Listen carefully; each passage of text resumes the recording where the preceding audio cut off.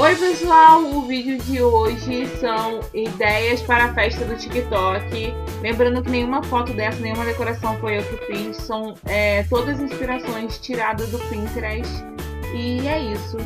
Se você quiser ver quem foi que colocou a foto, é só você entrar no meu Pinterest e na pasta de decoração de festa do TikTok que você vai encontrar. Não esqueça de curtir, compartilhar e se inscrever aqui no canal. Tchau!